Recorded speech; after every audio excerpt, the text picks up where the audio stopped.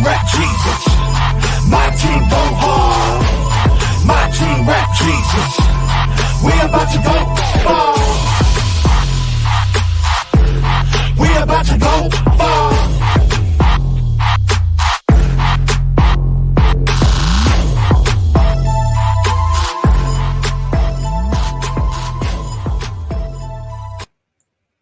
My team rap Jesus.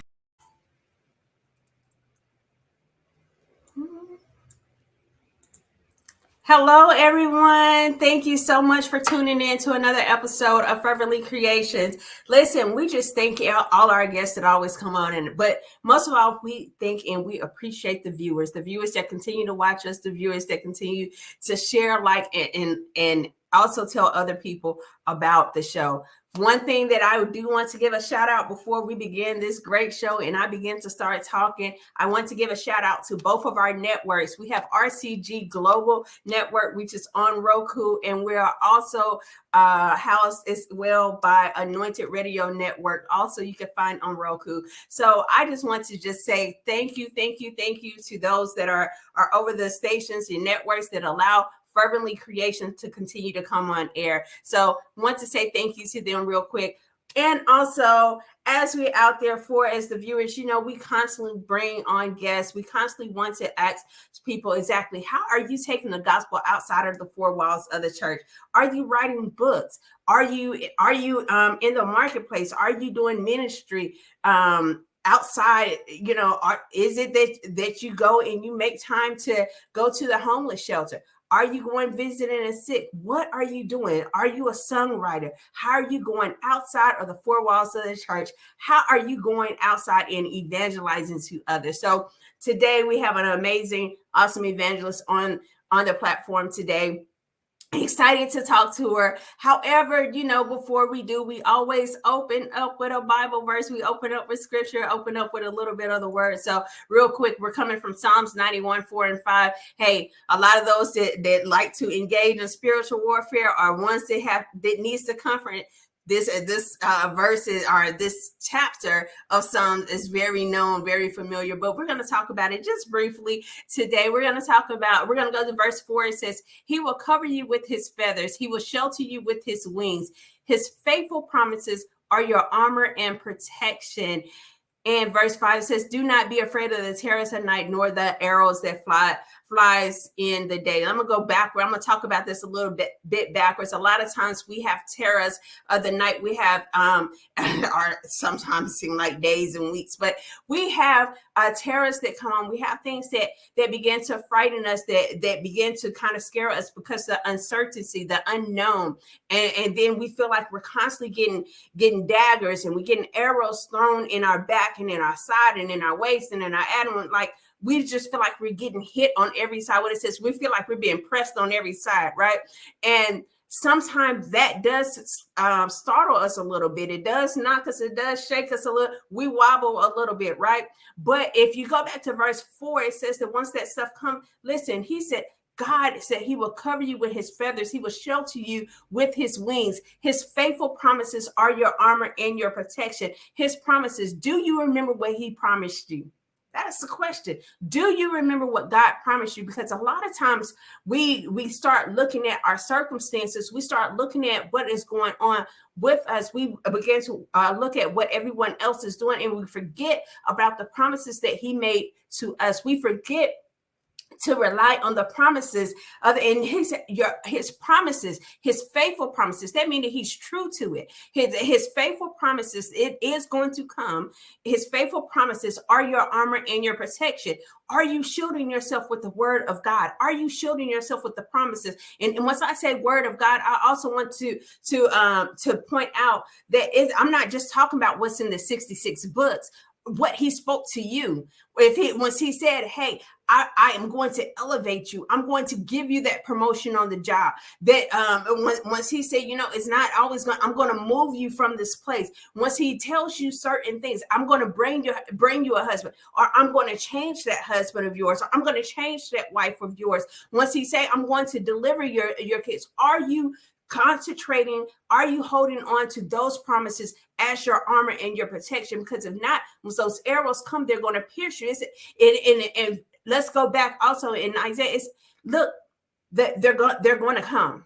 The arrows are going to come. The weapons are they're going to form. They won't prosper. But one way that we allow them not to prosper, if we hold on to his promises, if we're staying faithful and saying, you know what, God, I believe that you're faithful of your word. I believe you're faithful of your promises to me. I understand that you are a man that cannot lie. And what you said was that I was not going to have to continue to go through this situation that much. What you said was that you was going to heal him from the addiction, from the drugs. So what you said was you was going to bring my child back, that you was protecting my child. And so are you giving God back his promises? So listen, I just want you to know today, I want to encourage each and every last one of you that he will cover you. He will cover you with his feathers, and his wing spread is very long. So he will cover you with his feathers. He will shelter you with his wings. His faithful promises are your armor and your protection. With that, I'm going to bring Evangelist Seals up on the screen. We're going to see exactly what she has to say about Psalms 91, 4 and 5. And as I bring her up, I'm going to read the verses 4 and 5 once again. And again, I'm reading now the New Living Translation. It says, hello. It says, he will cover you with his feathers. He will shelter you with his wings. His faithful promises are your armor and protection. Do not be afraid of the terrors of the night, nor the arrows that fly in the days. What say ye, Evangelist Seal, on these Bible verses today? Hello, everyone. I love Psalms 91 in its entirety. And verse 4 sticks out to me the most because when I was younger, I had a dream that I was in a dark place. All these demons kept coming at me. And then God's wings would just close me in where none of them, the demons or anything, could affect me. And I would cower down, not knowing that his wings is going to protect me. So I had that happen 3 times in the dream. And the last time I stood up strong behind his wings because I knew his wings were going to cover me. I knew he had me through anything I went through in life, through any challenges, through any heartache, through any pain, through any suffering. His wings was sheltering me. It may have came, like she said, like the scripture in Isaiah, it talks about that the God blows out the coal, blows the fire off the coal from the coalsmith. So he knows that the weapon is being formed. He's in the midst of it being formed. He may not have caused it, but he allowed it. And knowing that, I know that my God is greater than anything, and he could protect me from anything that the enemy tries to throw my way, hiding under his wings. And then verse 5 talks about, do not be afraid of the terror by night or the arrow that flies by day. At night, I used to dread nights because I didn't want to go to sleep because I had dreams, nightmares. So I used to do everything to stay awake. But once I had that dream, I meditated on those scriptures and he held me. He covered me. My sleep shall be sweet, and it is sweet. So I thank God for those scriptures. They bless me. So there you go. Come on, that is powerful. And listen, sometimes, just like in your dreams, sometimes the tests and the trials and the weapons come multiple times before we finally say, wait a minute, I can stand up strong in the Lord, and I don't have to carry it down to the situation. Yes. I don't have to worry about how I'm going to make it. I don't have to worry about X, Y, and Z. Or so, but sometimes it takes him showing us a couple times, hey, I did not leave you. I did not forsake you. Hey, I'm there for you. Daughter, I got you. Daughter, I'm covering you. Daughter, my wings is surrounding you. And sometimes he has to show it to us a couple times before we actually go through something and say, you know what, I've been here before. And I knew my money been funny before. And I knew that at the end of the day, my bills still got paid. I was not begging for bread. I still had a roof over my head. You know, I've had a bad report from the doctor before, but I know that last time that he healed me. And so this time I'm not concerned. This time I'm not worried. I can stand strong because I know his wings are going to cover me. His wings are his shelter his wings are going to provide shelter for me. And so that's just awesome, because a lot of times one way that our faith grows sometimes is that we've been in a situation before.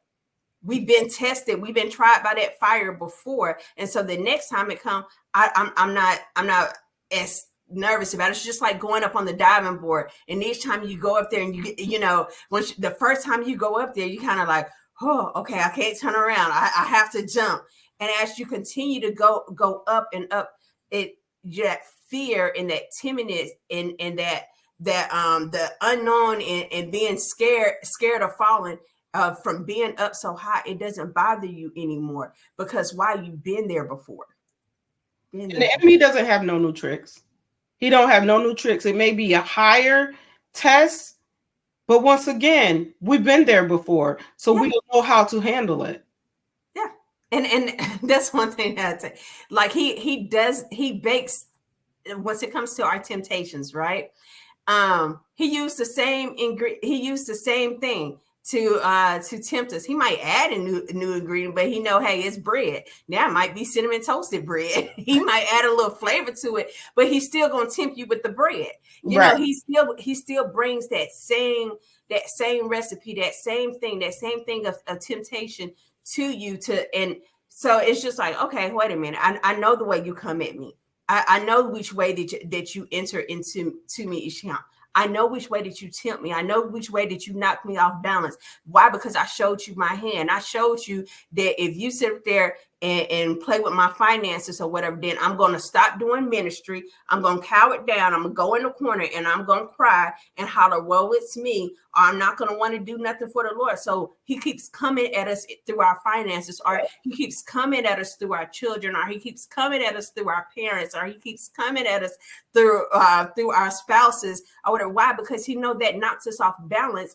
And because we're knocked off balance and because we struggle during that time, then he say, hey, that they're not doing ministry. So now I keep them from spreading the gospel. I keep them from moving on their assignment. Why? Because I didn't created a distraction. I didn't created a big enough stumble block. I didn't created a mountain in front of them, and they don't know that all they have to do is speak to the mountain and command it to be moved and believe it. But no, they're still simply saying, you know what? I'm coming up on the rough side of the mountain. No, I'm just to speak to that mountain nowadays. Yes, move out my way. Exactly. Evangelist Seals, tell the people who they have the pleasure of talking with today. So my name is Michelle Seals, and yes, I am an evangelist missionary, which I became an evangelist missionary in July of this year, July 2020, where I also became a trauma healing counselor / group facilitator as well. I am certified in that area, and my book, Knee Baby, which you could see a poster of it on the back wall, is about trauma. So I grew up in the church. My father was a pastor, and what the world did not know, that I was being molested by my father and also physically and mentally abused by my father. And I wrote how God helped me overcome those challenges to let you know that God is not a respecter of persons. If he could do it for me, he can do it for you as well. Come on, that is awesome. You know what? We hear a lot of people come on our I've heard a lot of people talk about being molested and stuff. And they'll talk about, oh, the deacon or, or someone else in the church. But rarely do you hear, oh, it was the pastor. And the pastor was my father. And so everyone else on the outside, they see the facade that he puts up, but do not know what's going on behind closed doors. Right. So with that, and of course, I want to get back to Knee Baby in a moment, but can you tell the people, how was it that though that your hurt, your trauma, your childhood trauma came from the hands of not only your father, but a pastor, at any point in your walk, did it cause a struggle with your relationship with Abba Father, with God?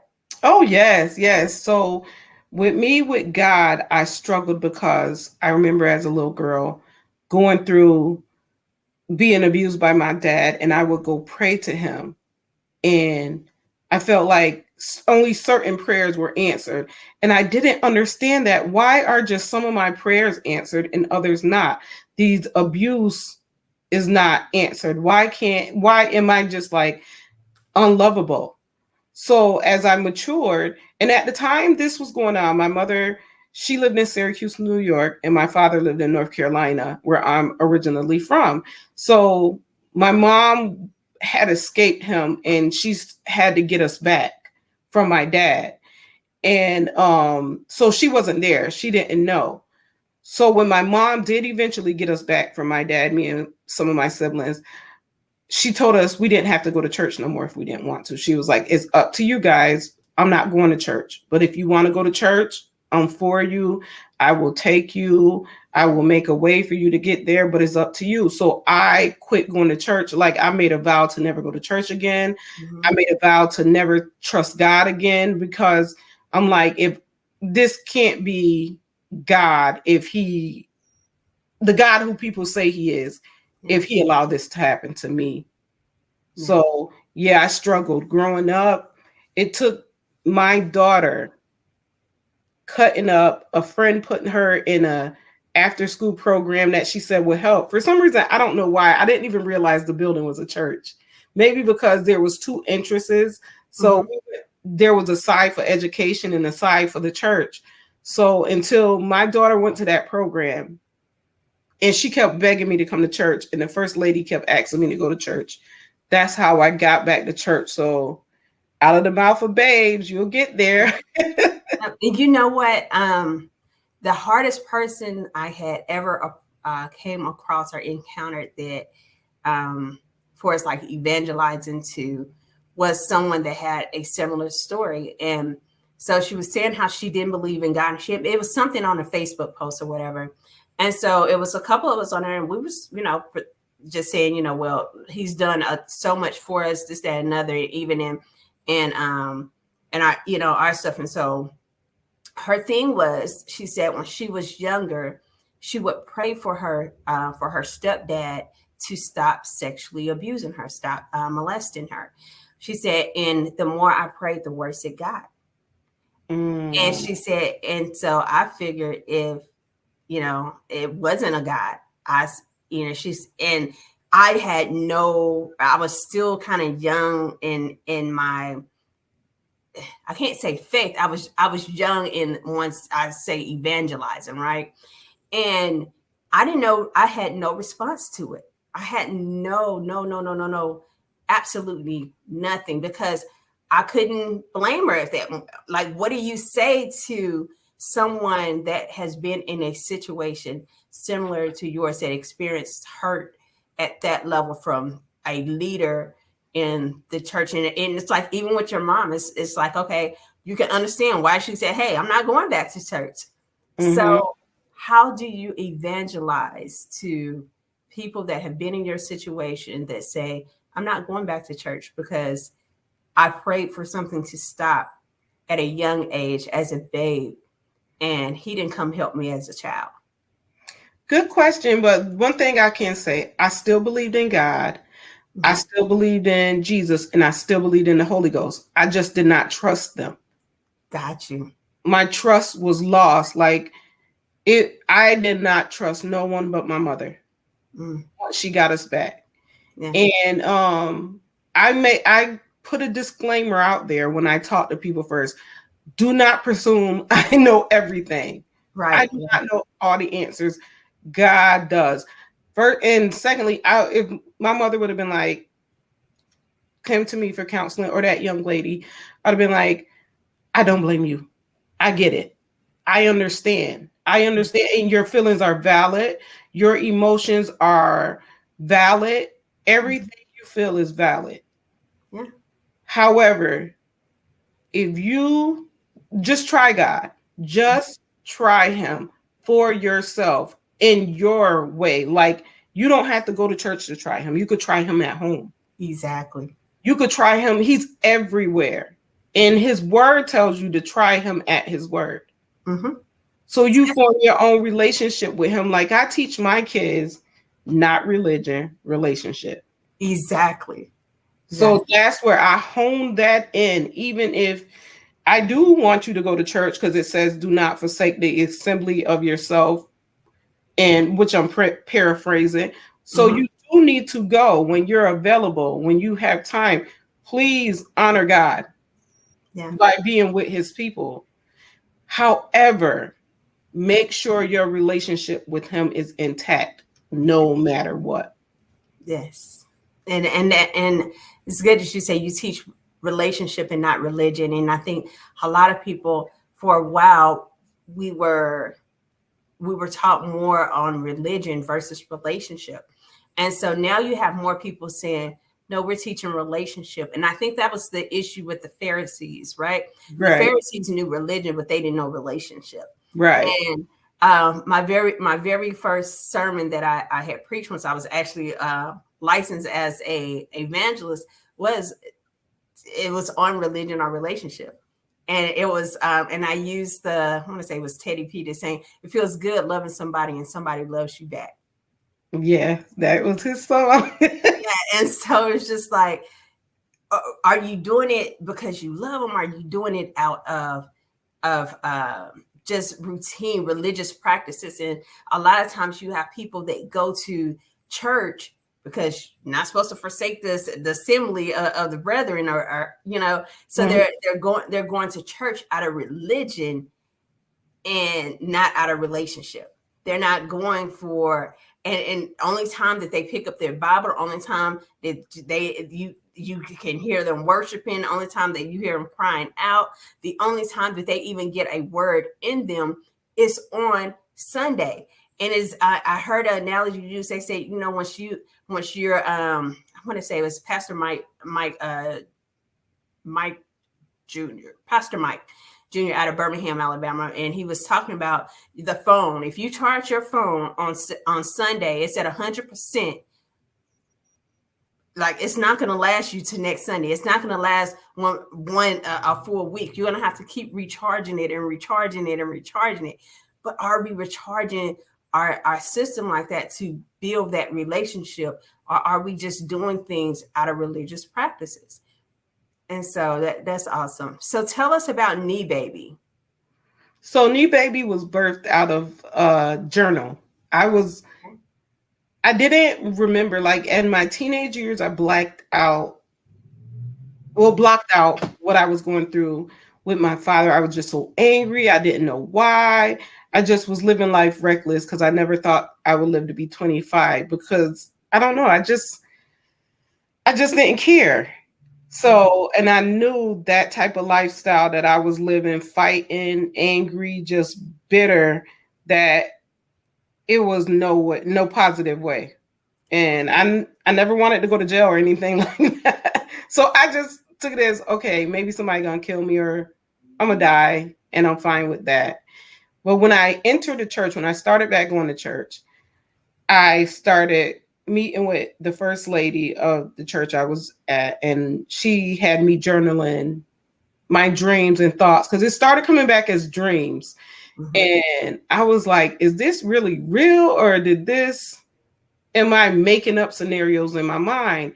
And I went to a church conference. They had a weekend shut in for the young women, and the evangelist there was telling me those were real. And she was like she didn't even know. Like, I didn't even talk to her about it, because to tell you the truth, I only went just to get away for a weekend. I really didn't take the event seriously. So when this lady came to me talking to me, I'm like, what does she want? And she was like, God is bringing back your childhood back to your remembrance so that you could help someone else out. Wow. And I was like, nope, I'm not helping nobody, because nobody helped us. Them church people down there didn't help us. And everybody we ran to for help turned us away. And she was like, God said he's even going to show you their fate, and what he's going to do if you do not help anyone, that he's going to get their fate is going to be your fate.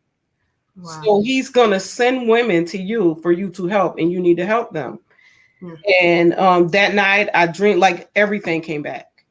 Yeah. And it just, when I told the first lady, she had me journaling everything. and I started going to counseling as well. I started going to counseling, and my counselor had me journaling everything, and they both was telling me at the same time, you should turn this into a book. It'll help so many people. And I'm like, no, like this talking against the church for one. For two, I haven't told my family. I haven't even told my mom. Like, Wow. I didn't tell anybody, and I did. It took me 5 years to turn it into a book. Wow. And when I turned it into a book, I still didn't tell my family.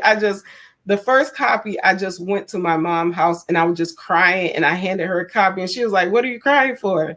I was like, I don't know. She was like, girl, give me this book. She read it. I was hiding. She kept saying she wanted to talk to me after she read it.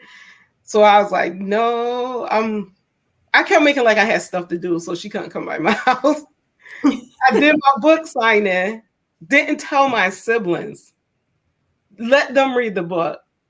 So I was like, okay, everybody done read the book. I'm gonna just hear what they got to say now. And it was like opening Pandora's box. My mom was upset. She was hurt. Like, I've asked you for years, did he do anything to you? Yeah. And I was like, Mom, I'm sorry. Like, I blacked it out. And then I couldn't tell you. I know you, my mom. And me and my mom was so tight. Me and my brothers, they would call her the train and me the caboose. That's how tight we were. And then a part of it is just like, I was trying to keep you out of jail. So yeah, and that's another thing. I waited till he died before turned it into a book. I wouldn't have never turned that into a book when he was still living, because I would have probably went and hid in Canada or somewhere, because I was terrified of my dad his whole life. And like, even my mom's story with him is tragic. How did you get through, or do you still battle with the shame behind it? I don't battle with the shame anymore. Okay.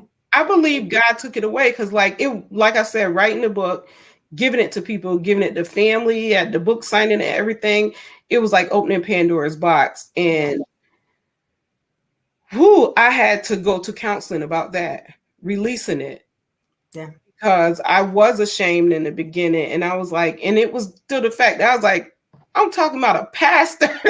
Like, do I really need to put this book out there or hide it because I'm putting a bad light on church people?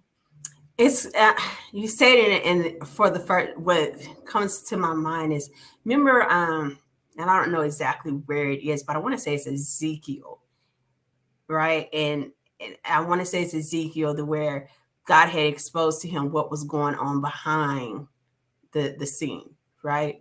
Mm-hmm. And a lot of times, once we mention things that happen, that goes on in the church, it's like, we need to stop airing our dirty laundry and this, that, and another. But it kind of goes back to that upbringing where people was told what goes on in the house stays on in the house, and this, this and another. But somebody needs to start bringing things to light, say, this is what's going on. This needs to stop. Somebody needs to be held accountable, because what happens once we close our mouth and we don't bring these things to light so they can be dealt with, then we allow it to continue to go on in secrecy because we never confront it. And one thing that I say, you cannot defeat what you are unwilling to confront. You can't kill what you're not unwilling to, what you're not willing to confront. So David, in order to kill Goliath, he had to first confront him. Yep. So you know what, and I think that's why God helped me deal with the shame process. Like, I am not embarrassed about it no more, because God kept saying to me, secrets need to be exposed. So my first book signing after that, like, I went to a military base with some women at a church event, and they gave me 5 minutes to speak about my book and then go out and sell my books and merchandise that go along with it. So I knew this for like a month. God ain't give me anything to say. And I'm like, I shouldn't go because I got 5 minutes and I don't know what to say, God. You're giving me nothing.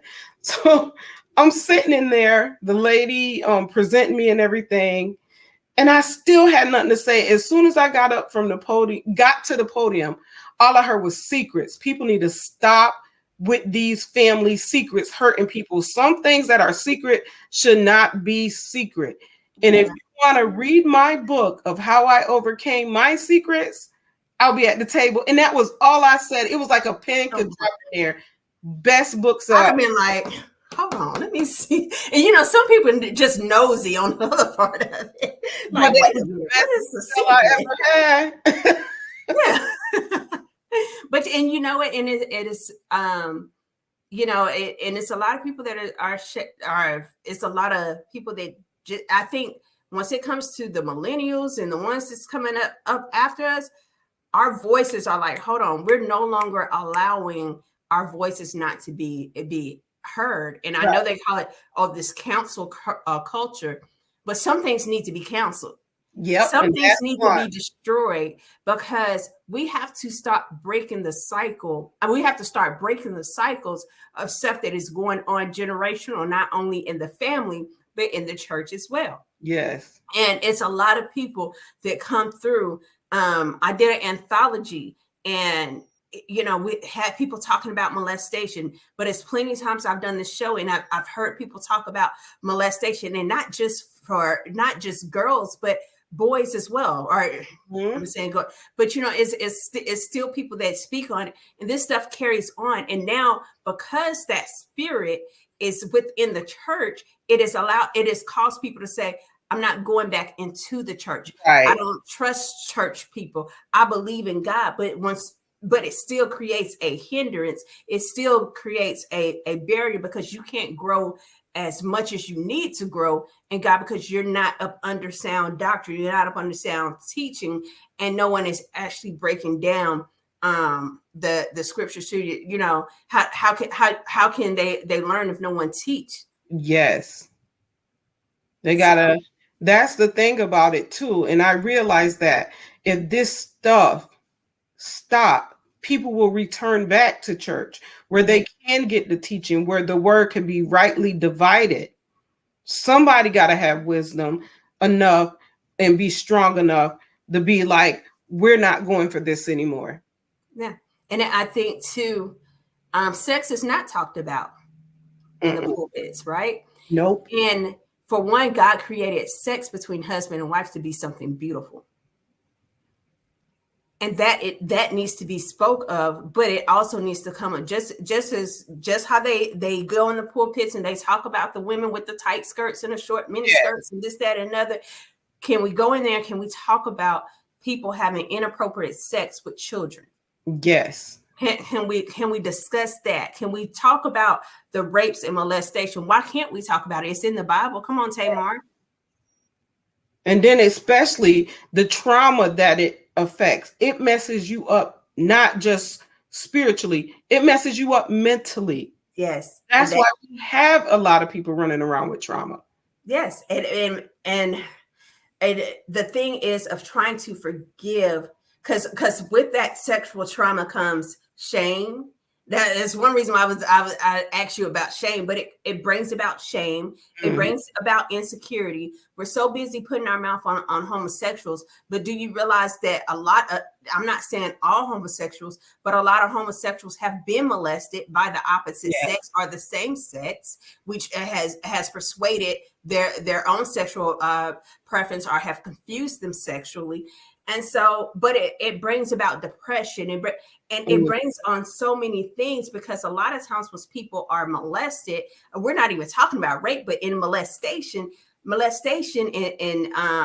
and the sexual abuse, so that comes at childhood. And childhood is once your brain and once your family's starting to get perception of life, of reality, and you're beginning to form your own mindset on certain things. And so now you're teaching me one thing that I had took on was I did not have control over when or where or if I wanted to have sex, right? And so that I was nothing but sex. I was a sex tool. So I flooded myself as such. I had a friend, and her her dad, I would come over, and he was a preacher. I would come over to her house, or we'll get ready to go. And so whenever I would come over to her house, my clothes were kind of revealing, and he'd say, "What you selling?" It took me months to kind of figure out what he was actually saying.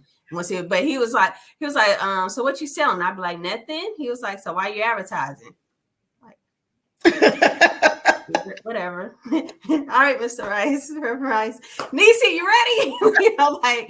And so and finally it hit me, but though it hit me, it still didn't quite register to me that, hey, I did not have to advertise myself as sex. Right. It's just like, you watch TV and there's so many, sex sells so many things, Mm-hmm.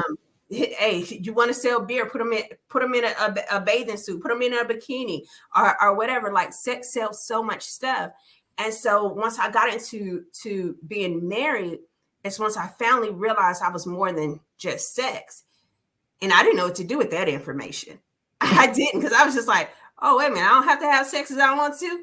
I got the power of saying no. Nope. You want to have sex? Nope. I'm good. Nope. Don't want it. And it destroys your marriages. Yes.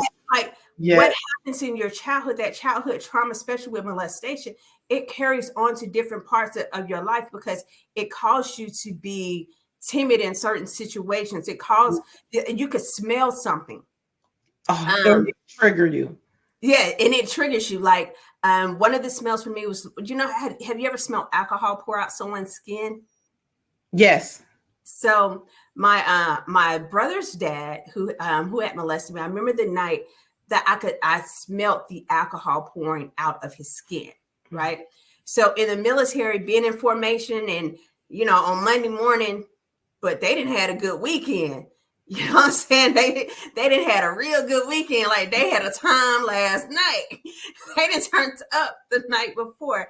And I'm in formation, and all I smell is alcohol coming out people's pores, because they just ran, we just exercised, or some of them we hadn't even start exercising yet. You can still smell it. But even after they exercise, their pores begin to open up, the alcohol begins to come up, and I'm sitting in formations with flashbacks. I'm sitting in formation, just struggling, because I remember the smell, and the smell was a trigger. The smell no longer triggers me anymore, but I do know it, and I still know it, but it's no longer a trigger for me anymore. So yeah, so it's a lot of triggers once it comes. Yeah, it is. So I have a lot of triggers too. Like, still to this day, I have a lot of triggers, and my husband would do something a certain way, and I'll be like, "Why you do that?" Yeah. Yep. So I had and one of the things when we was talking about sexual trauma, I was looking at the ACE survey, adverse childhood experiences, which is one that they do, and it's like 10 questions they ask you, have you experienced stuff through by the ACE? But how that study originally came about was they was looking at obesity in females.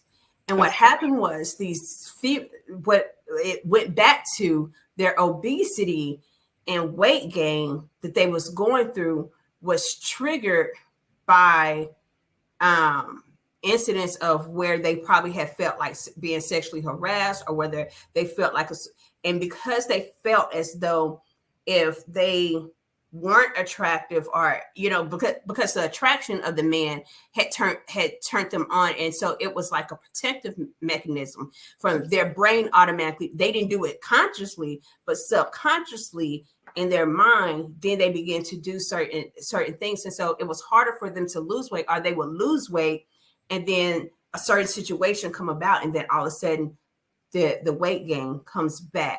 And they like, I hadn't did anything different or whatever, but the body remembers. How they say the body keeps score. So our mind keeps score of keeps a tally sheet of the past traumas that we have dealt with. And so it begins to react in such a way to say, I need to protect you. Your body's trying to protect you. Your mind is trying to protect you from feeling what you felt before. So your body is trying to protect your soul. And your spirit is like, wait a minute, come on, hold on. You're fearfully and wonderful made. Listen, I'm telling you that I had his faithful promises. His faithful promises are your armor and protection. And he said, let me cover you. I'm gonna cover you, but your body is saying, no, hold on, I'm gonna protect you another way. I'm going to make you feel unattractive, because maybe if you don't feel unattractive, then you won't get the unwanted sexual attention. Does that make sense? Yeah, it does. So It's, at one point, my husband, he would just walk by me and kiss me a certain way. And I don't know why. Every time he would do that, my body would lock up. And I could not kiss him back. I could not move or nothing. And so what I would do is I would try to go to bed early that night. Like, I don't want him messing with me. I don't want him touching me. So while he downstairs watching sports, I'm about to force myself to go to sleep. And I didn't know he noticed. After a while, he noticed, and me and him had a talk about it, and we somehow worked it out through counseling. I am so grateful that he decided, because that was a fight for me and him for a while as well, us going to counseling, because not all, like, he grew up in the church, so not all believe in counseling. They don't believe it worked, but he's seeing the fruits of it, which I'm grateful for. So we worked that out in counseling, so that don't bother me no more. But I do get that, like, where I've had people tell me as well, like, I had a cousin of mine, she told me she dressed like bummy so guys wouldn't look at her because of the treatment of childhood, what happened to her in childhood. And I felt so bad for her because she's such a beautiful woman. So it just bothers me when that type of stuff happens. So I try to help her work through that situation. That's in like, even I remember going through, and we also, because of our own issues and our own triggers, we can cause an issue within our spouses for its rejection, right? Because my husband, he would walk by, and he would, touch or get a little feel or whatever, right? And I was like, it's sickening. Like, and that was my mind, and I would say it after a while, because I had got so disgusted with it. I got so annoyed with it to where I was just like, it's sickening. But as I was saying that, I was making him feel rejected.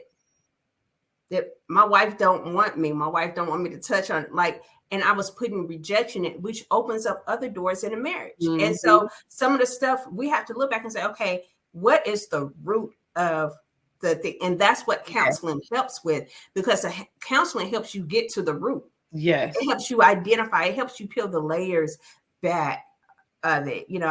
How many times have you been talking to someone and they said, you're the first person I ever told this? That's a good question. A lot. Yeah. A lot. And I'd be thinking, like, why are these people coming to me? Like, I don't even got to say anything. I can say, hi, how you doing? And they'll come tell me stuff. And then they'd be like, wow, you're the first person. I'd be like, you don't even know me. Like, you're the first person I ever told. My grandfather did it. And you're like, oh, right. Okay. It's still shocking to me, though, even though it's been a lot of people come up to me. I'm like, do I just look like I just want to hear that? Like, not in a bad way. And like, what am I supposed to say? And sometimes it's just like, sometimes it's nothing for us to say. It's just, hey, you finally allowed that little girl. It's just like looking at Knee Baby back there, right? And even looking at it, it's kind of how I picture it, right, in the screen. You finally allow that little girl that's sitting in the corner, for them, their little girl, to finally speak their truth and say, I was molested. And sometimes that's all that little girl needs or that's the beginning of their healing process. And let me not say that's all they need. That's the beginning. That's the start of their healing process, of being able to take the tape off their mouth and say, I was molested too. Because the little girl sit in a corner and like, are you going to tell someone today? Are you going to allow me to speak today? Are you going to allow me to release the hurt, the trauma that I felt? Are you going to allow me to have a voice today? Because it does take away your voice. Yes. And then, or you think about what's going to happen after I say something. Yeah. What's the backlash to it? Mm-hmm. Because stuff can cause ricochets, backlash. It can cause breakups and whole entire families, shift Yeah. everything that you're so used to. So should I risk losing what I got, even though what I have is bad, to Mm-hmm. have nothing? It's deep. Yeah, because sometimes once you do finally tell your story, you tell you once you finally tell your story, you have to realize some of those people are not the same people they were 10, 15 years ago. Mm-hmm. And so to them, it's just like, wait a minute, you made me look bad. I have a well, she was, I'll still say cousin, but it's by marriage. And my uncle had molested her, right? But this same uncle who abused her, to the point where, they even had a child or so with, this same uncle died protecting me. Wow. And so the person that caused her pain had sacrificed his life for me. And that's weird because if I brought her on the show, we would have somewhat of two different memories, or we would tell our stories different. Talking about the same guy, we would tell our story differently. Was it in the same time span? By then she was removed from the home. By then she had been, DHR had removed her from the home. By then her and the child, because they end up having a child together. Her Wow. first, it ended up the blood test came back, and the child was his. And so so her and the child got removed from the home, and this was years later, or so, because he died while I was in high school. And I know she's older. She's probably about 6 or 7 years older than what I am. And so, but I think once everything happened with her, she was in high school. So, it's different. Sometimes you could talk about it just like I that's the one that she, and then you might hear it from, he probably, though he was loving towards her, he was abusive towards towards her brothers, her siblings and stuff. Strict, but he was different. Like my stories of him is, hey, he was a protector. He was funny. He was same person. But I wasn't in the home with him. But the night that he died, I was right there. Wow. And so, it's sometimes it can mess up a home, because she came out and she told her story. And, at the end of the day, that's her truth. Mm-hmm. That's her truth. You know what? I might reach out to her and get her on the show. That'd probably be an interesting show. But Yeah, that'll be a good show. yeah, so that's her truth. And I respect her truth. Nice. I respect her truth. So Because my father, we live in that town. He has so many people convinced. So there's a group of people who he had done stuff to as well, yep. who believe us. And there's another group that just seen that other side and just love him. And your dad can do no wrong. And I'm like, are we talking about the same guy? But well, I get it. Yeah. And I mean, hey, her story is 100% true. It's a DNA test to prove that. You're right. Her stuff is true. Her story is true. But even with the facts, some people still like, no, and she's like, no, it happened. And I do not discredit her story one detail. Because at the end of the day, he was a grown man and she was a child. So even if some of the stuff was wanted, or whether it wasn't wanted, or whether she got confused in the process of her role, of the proper role that was supposed to take place between a stepfather and a stepdaughter, even if that is the case, and I'm not saying it is, at the end of the day, he was an adult. Mm-hmm. He was an adult. So at the end of he was still wrong all day. So, but hey, of course, I love him. I appreciate the sacrifice that he made for me. So it's kind of different. Sometimes you have people that they remember the person different. They remember the person different. So it's kind of interesting. So with that, hold and tell people, as we're talking about knee baby, and we're talking about releasing the secrets and stop talking about the secrets. I mean, no, we need to start telling these secrets and stopping this stuff from going on, not only in the family, but also in the church. Can you tell the people how to get purchase a copy of Knee Baby? So my website is emlyndesigns.bigcartel.com. So it can be found there. And also I am on Amazon as well. So yes, and as you can see, the cover is on the back wall here. So you can get Knee Baby at Amazon as well. So those are the two places I am located right now. Awesome. And how, if they want to just directly reach out to you and connect with you, how can they connect with you? You could reach out to me on Facebook. You could reach out to me on Instagram as well. And as you can see, she put up the names on each one of those. And I will reach back out to you. Awesome. So before we go, what do you want to leave the people with? If you just had to look at, and I'm gonna say a specific, for those that have experienced sexual trauma in their childhood, I would want you to know that it is not your fault. You are not the one to blame. And also, I want you to know that even though this may have happened to you, it is not who you are. This does not make you. It may make you stronger, but that is not your identity. You are greater.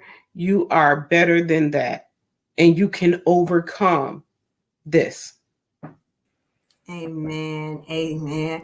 Evangelist Seals, thank you so much for coming in, talking with us today. I truly appreciate it. And I love the conversation. I love the transparency in it. Listen, I'm going to put her website up one more time. Once we bring people on the show, we want you to network. We want you to connect with them. So please go to her email, www.emlyndesigns.bigcartel.com.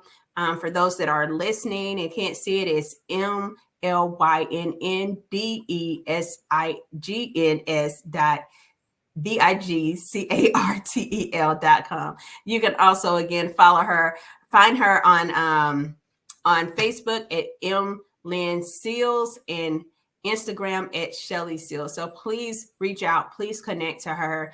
And again, it was such a pleasure, such a joy to have you on the show on today. So let's see. And so listen, if you want to come on, if you want to share your story, if you want to talk about what business that you are doing, whatever you have, please come on. Please, it would be a pleasure just to sit and talk with you. You can go to the website at www.ferventlycreations.com. Our thing is that we're all about networking. Networking is not about just connecting people. It's about connecting people with ideas, and people with opportunities. Speaking of opportunities, I do have an opportunity for everyone on today that I want to bring out. Let's see where we go. Let's bring it up for you. We are doing another author call for our upcoming anthology. And the anthology this time is called Prisoner of War in the Mind. If you want to become a contributing author, we would love to have you. Every author will have an opportunity to write a chapter in this anthology. Your chapter will be edited. We'll send it back to you for suggestions for edit. We will not change your story, but tell your story. How are you telling your story? Are you telling your story in such a way to where it can actually move and it can actually help get someone set free from the captivity that has come in their mind? We will do promotion graphics for you. If you've never written a chapter before, never written in a book before, no problem. We do group coaching sessions, just 3 coaching sessions, but one of them we will do is how to write your chapter, how to tell your story in a way to where it will actually change and impact others' lives. You also have TV and radio show guest opportunities, multiple TV and radio show guest opportunities. You'll have magazines opportunities, and you get a chance to write with best-selling authors. Hey, right now I am a 4-time best-selling author and multi-international best-selling author. So you get a chance to write with other best-selling authors. It does on this flyer say speaking engagement opportunities. However, all of the speaking engagement opportunity slots have been filled.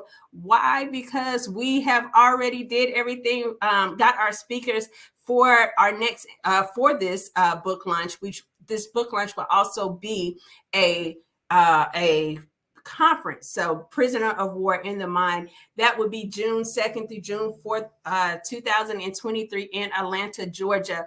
Our guest speaker, special guest speaker is Prophetess Sophia Ruffin. Yes, Coach Ruffin, for those comeback kids that are listening, listen, your coach will be in the building. We also have Prophetess Vicky Bells Harding. We have Apostle Dr. Deborah Allen, who's also our publisher with Ignite the Flame.